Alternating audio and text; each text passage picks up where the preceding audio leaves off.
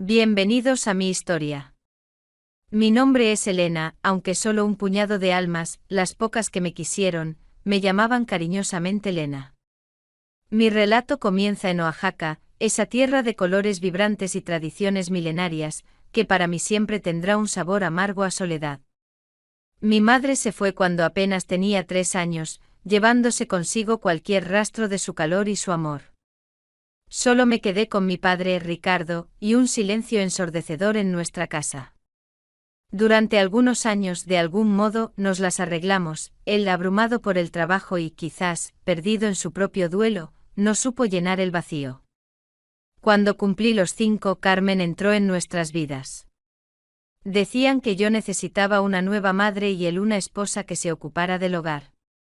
Pronto comprendí que Carmen no era ni madre ni un refugio cálido. Era la madrastra de esos cuentos que leía en los libros viejos, severa, indiferente y con el tiempo francamente cruel. La llegada de Jorge y un año después la de Miguel, sus hijos con mi padre, selló mi destino.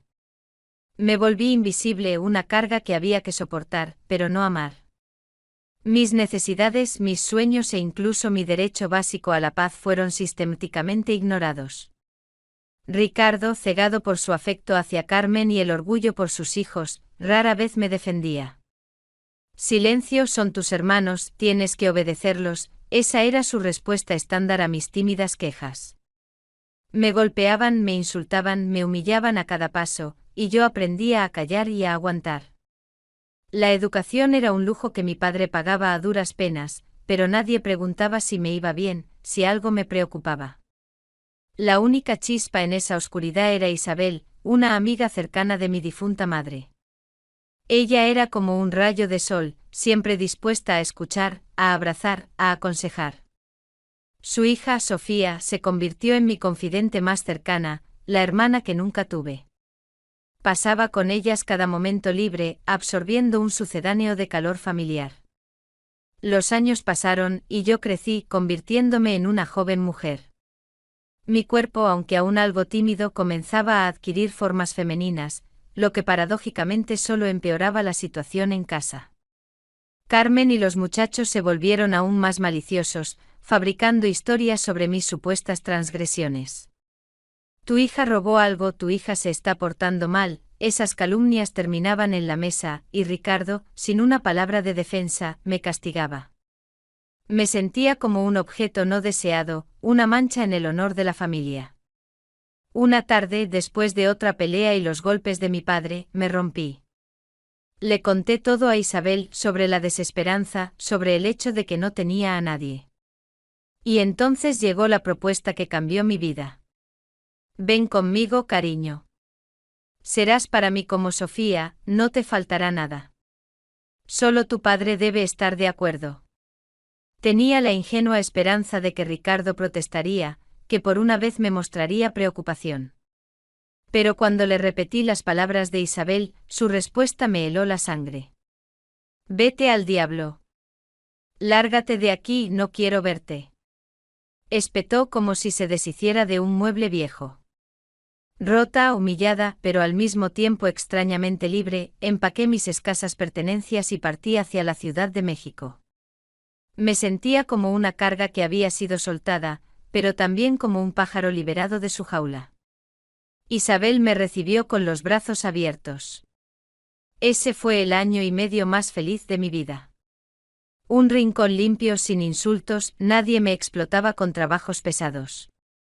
Pero al mismo tiempo veía que Ricardo no se interesaba por mi suerte, no enviaba dinero, no preguntaba nada.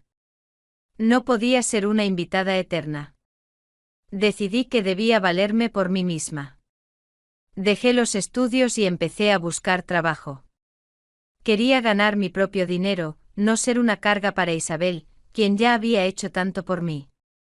Los comienzos fueron difíciles.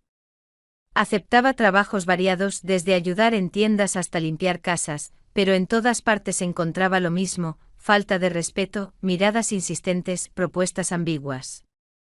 Era joven, demasiado frágil para oponerme, demasiado sola para tener apoyo. Cualquiera que conociera mi historia parecía considerarme una presa fácil. Mi ropa, aunque sencilla, siempre trataba de elegirla para resaltar mi feminidad. Pero sin vulgaridad. Un vestido ligero y vaporoso en tono verde botella que acariciaba mi figura, o una blusa ajustada de punto fino, siempre combinada con cómodas pero elegantes bailarinas, debían darme confianza. Siempre llevaba un delicado medallón de plata, un recuerdo de mi madre, oculto bajo la ropa, como un talismán. Cada mirada intrusiva, cada comentario me hacía sentir desnuda, expuesta al juicio, lo que me provocaba miedo y asco. Huía de esos lugares antes de que algo pudiera suceder. Finalmente la suerte me sonrió. Encontré trabajo en una casa hogar para niños y jóvenes, un lugar donde la gente era realmente amable, respetuosa y comprensiva. Allí sentí que podía respirar libremente. Entre los voluntarios y empleados conocí a Andrés. Él era como yo, solo, sin familia, con su propia historia difícil. Vivía en un pequeño apartamento de 2 habitaciones, amueblado con muebles antiguos pero sólidos de sus padres. Empezamos a hablar, a compartir experiencias. Sentía que lo entendía sin palabras y él a mí. Su respeto, su delicadeza, la ausencia de gestos intrusivos, era algo que nunca antes había experimentado. Mi corazón, hasta entonces cerrado y cauteloso, comenzó a abrirse a ese calor inusual. Sentía que finalmente había encontrado a alguien que me veía como persona, no como objeto. Andrés se acercaba a mí lentamente con respeto, construyendo la confianza ladrillo a ladrillo. Cada una de sus miradas, cada uno de sus gestos parecía puro y lleno de afecto. Estaba perdidamente enamorada de él. Por eso, cuando un día, durante un paseo por el centro de la Ciudad de México, a la sombra de los coloridos edificios coloniales, me declaró su amor y me pidió que me casara con él, sentí que el mundo por fin comenzaba a girar en la dirección correcta. No podía creerlo. Un hombre que me trataba como un tesoro quería casarse conmigo. Selena, que no tengo mucho que ofrecerte, comenzó su voz llena de incertidumbre. Solo tengo este pequeño apartamento con los muebles de mis padres. No puedo pagar una gran boda, una recepción lujosa, un nuevo ajuar. Solo te quiero a ti, tu amor y nuestra vida juntos. ¿Aceptarías vivir conmigo, trabajar juntos, construirlo todo de nuevo? Lo miré, viendo en él la salvación, el refugio que tanto necesitaba. Su humildad, su sinceridad y la similitud de nuestros destinos me confirmaron que él era mi ángel guardián. Sí, Andrés. Sí. Exclamé lanzándome a sus brazos. No importaba el dinero, el estatus ni los lujos. Importaba el amor, el respeto y la perspectiva de estar con alguien que me entendía. Nuestra boda fue modesta, silenciosa, solo en presencia de algunos testigos, incluyendo, por supuesto, Isabel y Sofía. Ese día me sentí hermosa, incluso con un vestido sencillo y claro de encaje delicado que Isabel me ayudó a coser. Los tacones a juego en color crudo, a pesar de su altura, me daban confianza. Me sentía como una verdadera novia, por fin valorada, por fin amada. Por la noche, en nuestro nuevo y viejo apartamento en la Ciudad de México, llegó el momento que había esperado toda mi vida. Vestida con una suave bata de seda en tono perla, con delicados tirantes de encaje, me sentía a la vez tímida y llena de esperanza. Esperaba esa intimidad, la confirmación de su amor. Andrés se sentó a mi lado en el borde de la cama, la tristeza acechaba en sus ojos. Lena, cariño, comenzó y su voz tembló. Tengo que confesarte algo. No puedo, no soy capaz de consumar nuestro matrimonio. Visité a un médico, hay esperanza de tratamiento, pero será caro y llevará tiempo. Mi mundo se detuvo por un momento. Shock, incredulidad, y luego una ola de compasión. ¿Acaso el destino quería quitarme algo de nuevo? Pero sus tiernos abrazos, sus palabras de amor y apoyo, seré para ti padre, esposo, hermano, todo lo que necesites, calmaron mi dolor. No importa, Andrés, susurré, acurrucándome en sus brazos. Saldremos adelante. Estaremos juntos y el resto se arreglará. Creí en sus palabras, en nuestro objetivo común. Pasaron semanas, luego meses. El tratamiento de Andrés no avanzaba, y yo anhelaba cada vez más tener un hijo. Ansiaba un pequeño ser que llenara el vacío de mi corazón, que creara una verdadera familia. Hablé con él al respecto, rogándole que encontrara una solución, para que tuviéramos nuestra alegría. Su respuesta fue como un golpe. Cariño, si tanto anhelas un hijo, tengo un amigo. Muy cercano. Si se lo pido, seguro nos ayudará. El niño será nuestro, nadie lo sabrá. Mi corazón se detuvo. Sentí que la sangre se me iba de la cara. ¿Qué dices, Andrés? ¿Estás loco? ¿Cómo puedes proponerme algo así? ¿Es que no me amas? ¿No estás celoso de mí? Las lágrimas corrieron por mis mejillas y grité sintiéndome traicionada y humillada. Esperaba que él también explotara, que comprendiera mi dolor. En cambio, hizo un gesto con la mano. Lena, cariño, cálmate. Solo estaba bromeando. No seas tan negativa. A veces hay que liberar la tensión. Aparentemente lo dejé pasar, pero en el fondo de mi alma algo se rompió. Nuestra vida era como un castillo de naipes, y él acababa de quitar uno de los pilares. Nunca más lo miré igual, con el mismo amor y confianza incondicional. Esa noche no pude dormir. Las palabras de Andrés se repetían en mi cabeza como un eco maligno. ¿Cómo puedes decirme algo así? ¿Estás bromeando? Él se disculpaba, me decía que estaba tenso, que era una broma de mal gusto. Me aferré a sus palabras, a la idea de que era una simple broma, aunque una voz en mi interior me gritaba que no era así. Trataba de convencerme de que era el mismo Andrés que me había salvado, el hombre que me amaba, y no un monstruo que me proponía algo tan indecente. Pero la confianza se había roto. La dulce inocencia de nuestra relación se había contaminado para siempre, reemplazada por una sombra oscura. Los meses siguientes fueron una lenta agonía. Los ahorros de Andrés para su tratamiento se acabaron rápidamente. Dejó de hablar de visitar a los médicos y se volvió distante, preocupado, encerrado en sí mismo.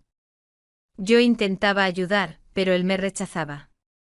Una noche lo encontré en el sofá, pálido y sudoroso, con una revista de salud abierta en la página de un hospital caro. Me senté a su lado, sintiendo la desesperación de su silencio. ¿Qué pasa, amor? ¿Por qué no hablamos? Podemos pedir un préstamo, podemos trabajar más. Y entonces me miró con una expresión que nunca le había visto, una mezcla de cálculo, vergüenza y al mismo tiempo, una extraña excitación. Lena, cariño, empezó y su voz sonaba extrañamente fría. No hay suficiente dinero para un préstamo y nuestro trabajo no es suficiente. Pero, tengo una idea. Una forma de conseguir dinero, rápido. Sé que es arriesgada, pero es la única opción. Para nuestro futuro, para nuestro hijo. Me helé. Sabía que se refería a su broma anterior. Me sentí como una marioneta, y mi propio cuerpo se volvió un objeto.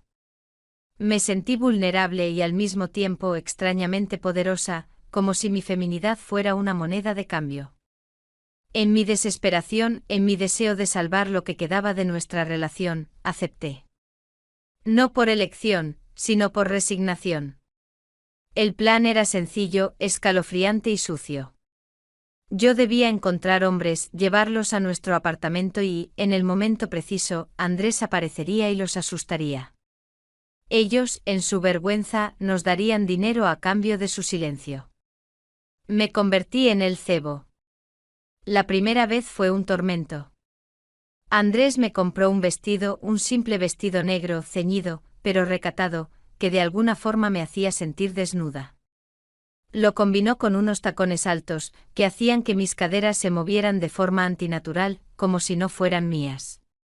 Me sentía disfrazada, como en una obra de teatro. El primer objetivo fue un hombre mayor, de unos 50 años, de una empresa de construcción. Me senté con él en un café, actuando como una mujer ingenua y sola, coqueteando de una manera que me hacía sentir sucia por dentro. Él se rió, hizo chistes vulgares, me miró de una manera que me hizo temblar, sintiéndome como un objeto en exhibición. Cuando llegamos al apartamento, Andrés estaba escondido, observándonos a través de una rendija en la puerta. Los ojos de Andrés eran tan fríos como los de ese hombre.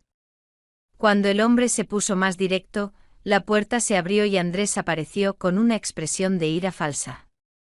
El hombre, avergonzado y asustado, nos dio su cartera y huyó. En los ojos de Andrés no había ni una pizca de vergüenza. Solo satisfacción, como si hubiera ganado un juego. Y en mi alma, solo sentí un vacío helado. La rutina se volvió nuestra nueva normalidad. Nos mudamos a un apartamento más grande en una zona mejor de la Ciudad de México, con muebles modernos y lujosos. Mis ropas de lino y algodón fueron reemplazadas por vestidos elegantes y trajes de seda, que ahora elegía Andrés, como si estuviera vistiendo a un maniquí. Me sentía más atractiva y deseada, pero la sensación de no ser dueña de mi propio cuerpo no me dejaba. Los hombres que atraía eran de todo tipo, jóvenes, mayores, tímidos, agresivos. En cada uno de ellos veía el mismo tipo de soledad. Con el tiempo mi vergüenza se convirtió en apatía, en un cinismo que me hacía sentir poderosa de una forma perversa. Aprendí a manipular sus miradas, sus palabras, a darles lo que querían ver sin entregar nada de mí. Los trataba como simples objetos, marionetas en mi juego. Andrés, a su vez, se convirtió en un depredador calculador. Su debilidad ya no era un problema porque el sexo con extraños no era su fin. Él no era un marido, era un proxeneta que usaba mi cuerpo para su enriquecimiento, un cazador cobarde que solo se sentía poderoso a través de mi humillación. A veces me quedaba parada frente al espejo observando mi cuerpo en la ropa cara que él compraba para mí. Un vestido de satén azul oscuro, tan suave que apenas lo sentía sobre mi piel, un corsé que me hacía sentir como si estuviera atada, una falda de cuero que crujía con cada paso. Miraba mi reflejo y no me reconocía. Era una mujer fatal, una mujer de negocios, pero ya no era Elena.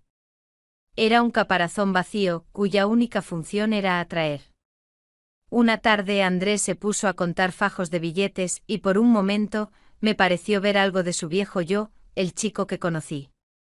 Me llené de una falsa esperanza y le pregunté, Andrés, ya tenemos mucho dinero, ¿cuándo vamos a ir al médico? ¿Cuándo tendremos un hijo? Él levantó la vista, y en sus ojos no había ni una pizca de la ternura que una vez conocí. Se rió con una risa seca, sin alegría. Hijo, ¿por qué querrías un hijo mío? ¿Para qué el tratamiento? Tienes tantos clientes. Si tanto lo deseas, ¿por qué no eliges a uno de ellos para que te embarace? El niño será mío, lo criaremos juntos. Y nadie lo sabrá. Mi corazón se rompió en 1000 pedazos. Me di cuenta de que su debilidad no era su problema, sino yo misma, mi cuerpo y mi alma. En sus ojos nunca había sido su esposa, su compañera, su igual. Siempre fui solo su mercancía. Las palabras de Andrés cayeron sobre mí como una lluvia ácida, quemando lo poco que quedaba de mi alma. Si tanto lo deseas, ¿por qué no eliges a uno de ellos para que te embarace? Me quedé inmóvil, mirando a mi alrededor, a los muebles caros, a la ropa de lujo que colgaba en el armario. Todo lo que había logrado con mi humillación. Pero no había calidez, no había amor, no había nada de lo que alguna vez soñé. En esa noche de profunda desesperación, comprendí una verdad horrible: yo había vendido mi alma, y a cambio no había obtenido nada. No tenía ni amor, ni respeto, ni a un esposo de verdad. Y entonces de la podredumbre de mi ser, de la vergüenza más profunda, surgió una idea retorcida. Un plan. Si él me veía como un objeto, ¿por qué no usar mi cuerpo como un arma para obtener lo que realmente quería? Mi deseo de un hijo era puro. No era egoísta, no era sucio. Era mi último intento de encontrar un significado, un propósito en esta vida rota. Me dije a mí misma, Este no es un acto de prostitución. Esto es un acto de amor desesperado. Una venganza contra un hombre que me robó mi alma. Si él me consideraba solo un vientre, me aseguraría de que ese vientre le diera la espalda y le negara lo que más anhelaba, el control. Y así, con una frialdad que me sorprendía a mí misma, empecé mi nueva misión. A partir de ese momento, cada uno de mis encuentros se convirtió en un ritual frío y calculado. No sentía nada. Los hombres eran objetos, piezas de un rompecabezas cuyo único fin era darme la pieza que faltaba, un hijo. Me sumergí en la interpretación, como una actriz en el teatro.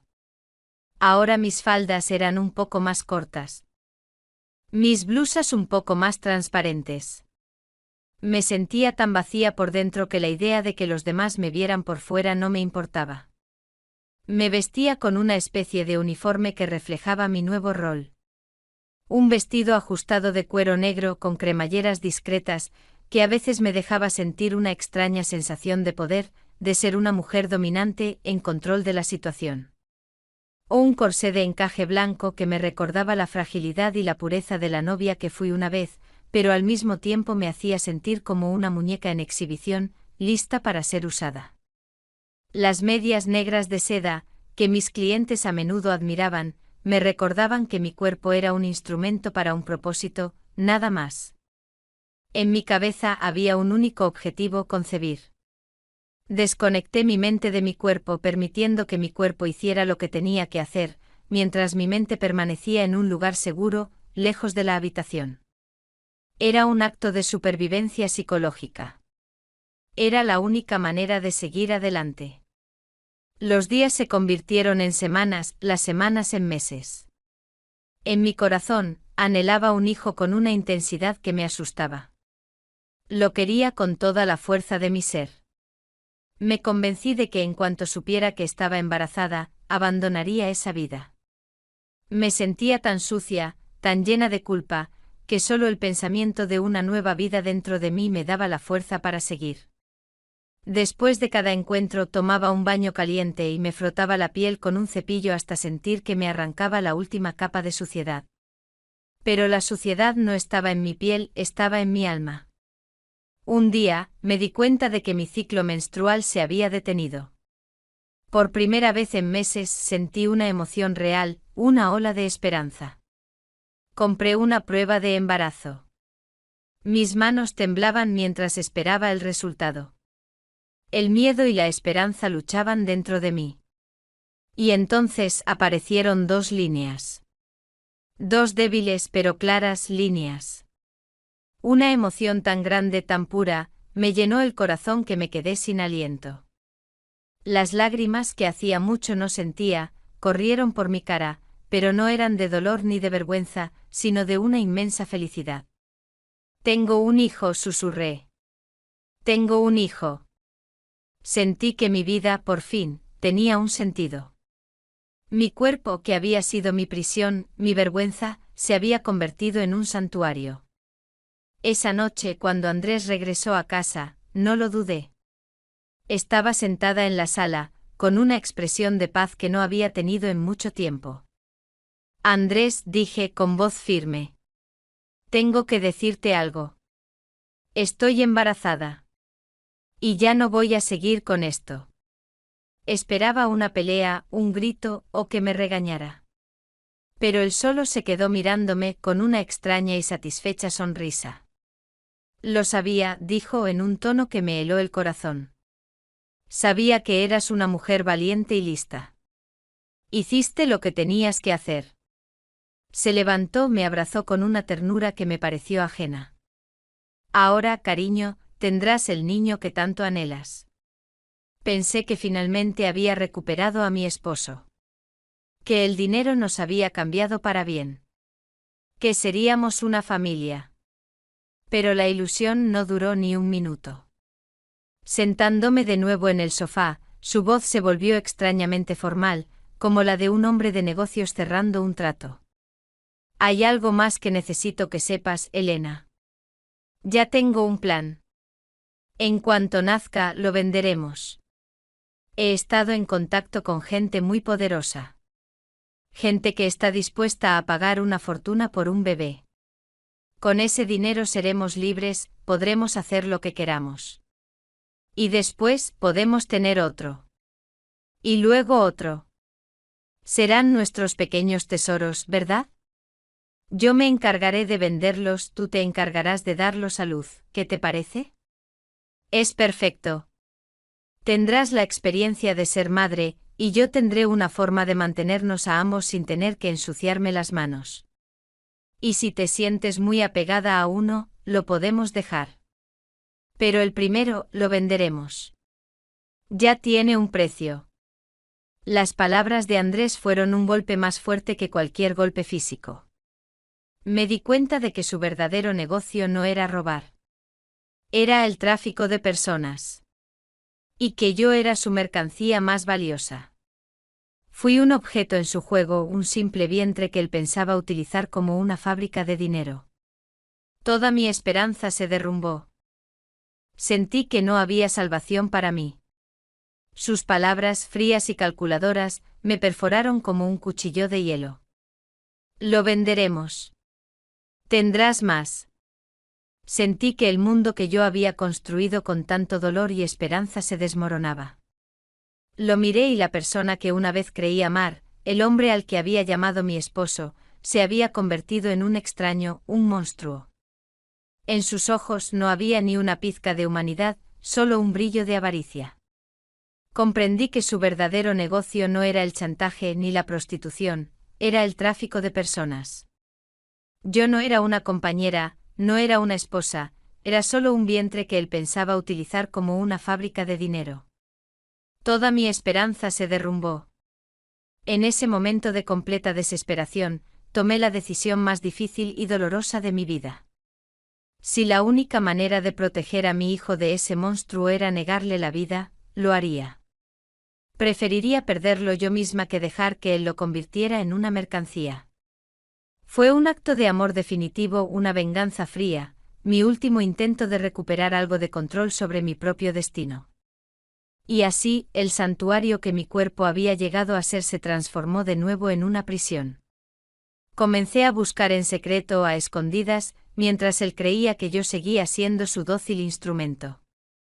Me vestía con ropa holgada para ocultar el incipiente embarazo, un suéter de lana que me hacía sentir segura y a la vez me sofocaba. Busqué en los rincones más oscuros de Internet, en los foros secretos, clínicas que realizaran el procedimiento de forma confidencial. El miedo se mezclaba con una determinación de acero.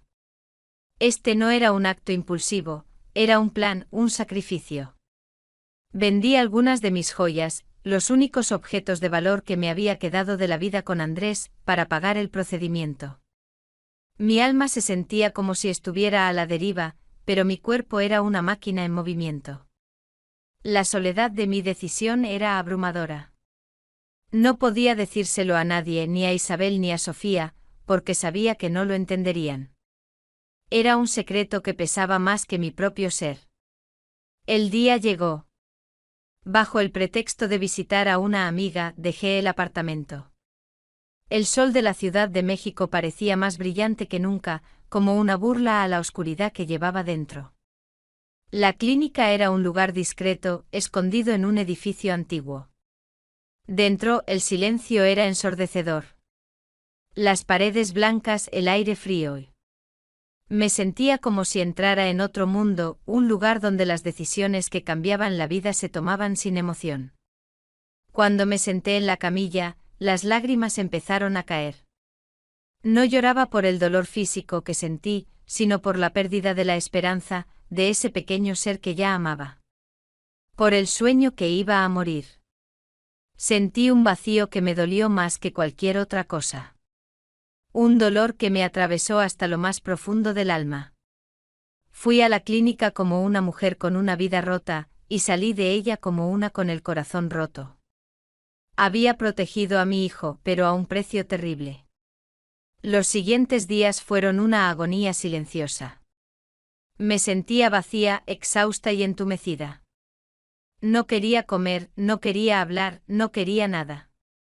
Andrés no se dio cuenta, absorto en sus planes para el futuro. Hablaba de las fortunas que haríamos, del lujo en el que viviríamos.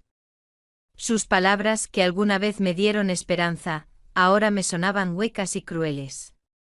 La verdad salió a la luz de la forma más cruel imaginable. Una tarde Andrés encontró el recibo de la clínica, que había olvidado en el bolsillo de mi chaqueta. Su rostro, que hasta ese momento había estado iluminado por la codicia, se oscureció. Sus ojos se volvieron dos pedazos de carbón ardiente. «¿Qué es esto?», gritó, agitando el recibo en el aire. «¿Qué has hecho?». Su voz no era la de un marido que acaba de perder a su hijo, era la de un hombre que ha perdido un negocio. «¿Qué hiciste con nuestro bebé, Elena? ¿Qué hiciste con mi dinero?». Me levanté sintiendo una furia fría que se apoderaba de mí. No había lágrimas, solo rabia. «Lo salvé de ti», respondí con voz firme. «No soy una fábrica de bebés. Soy una mujer. Y no voy a darte un hijo para que lo vendas como un objeto». Su grito retumbó en todo el apartamento. Me llamó maldita.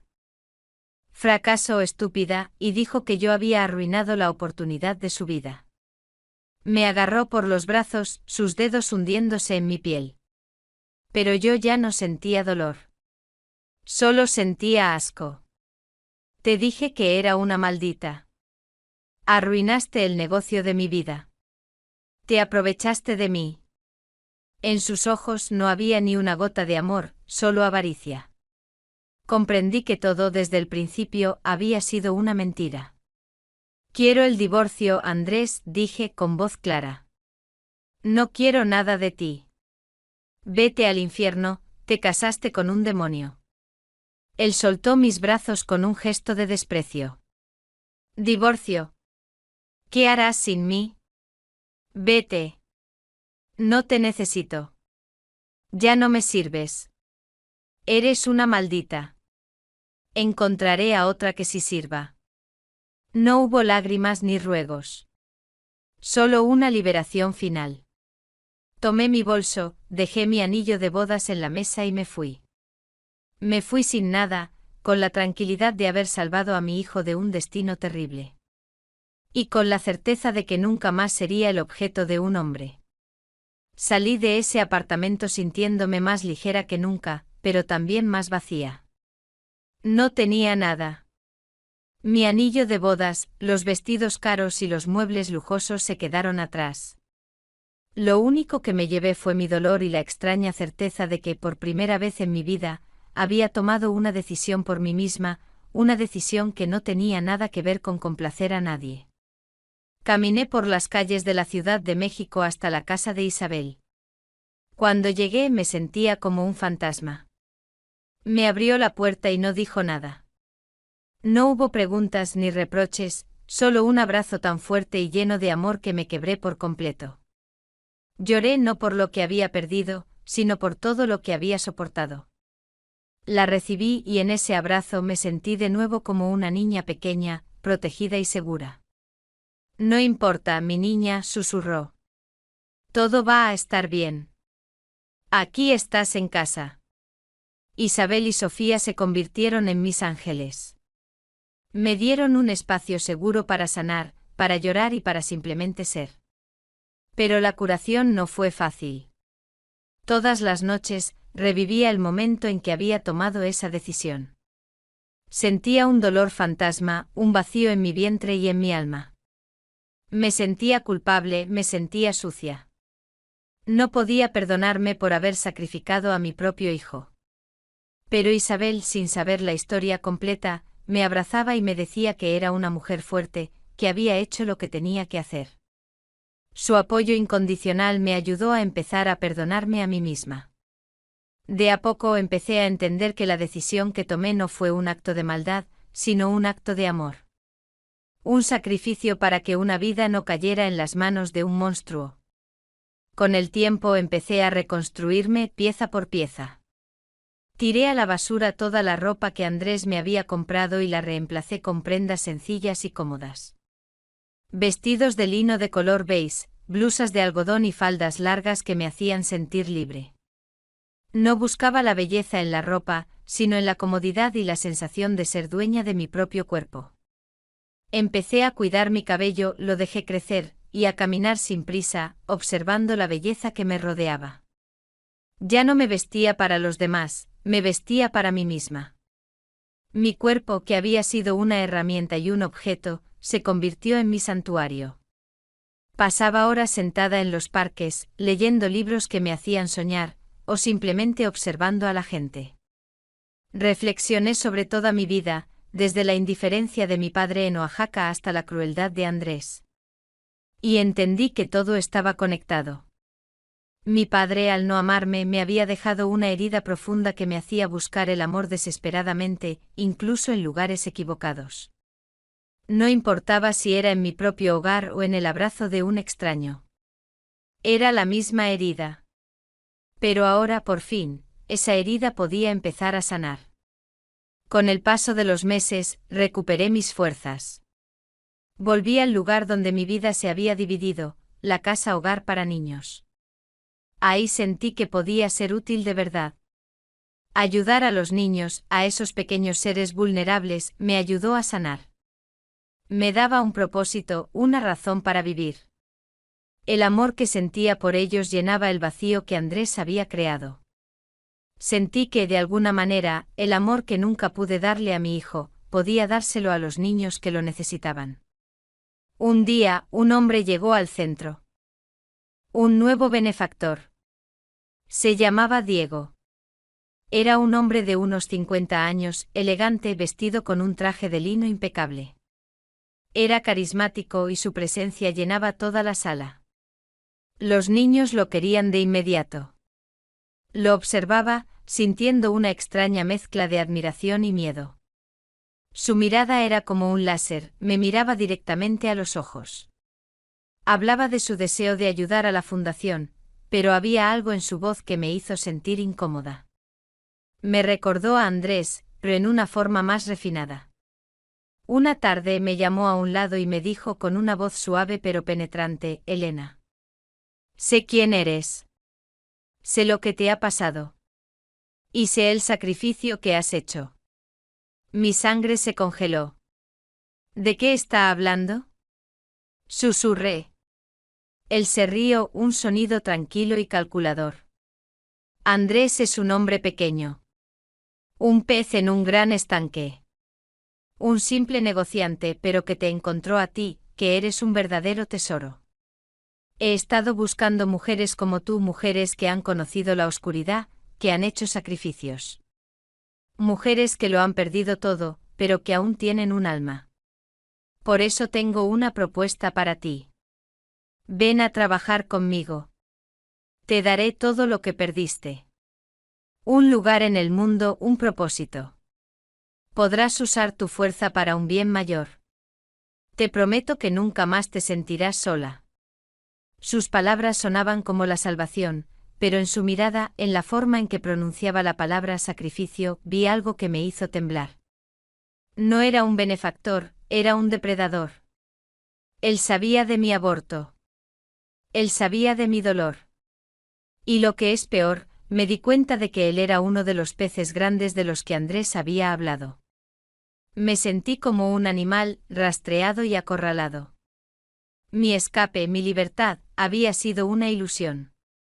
El círculo no se había roto, solo se había hecho más grande. El mal que creía haber dejado atrás era una red, un laberinto sin fin. Y yo, con mi sacrificio, acababa de hacer un movimiento que me puso directamente en el centro de ese laberinto.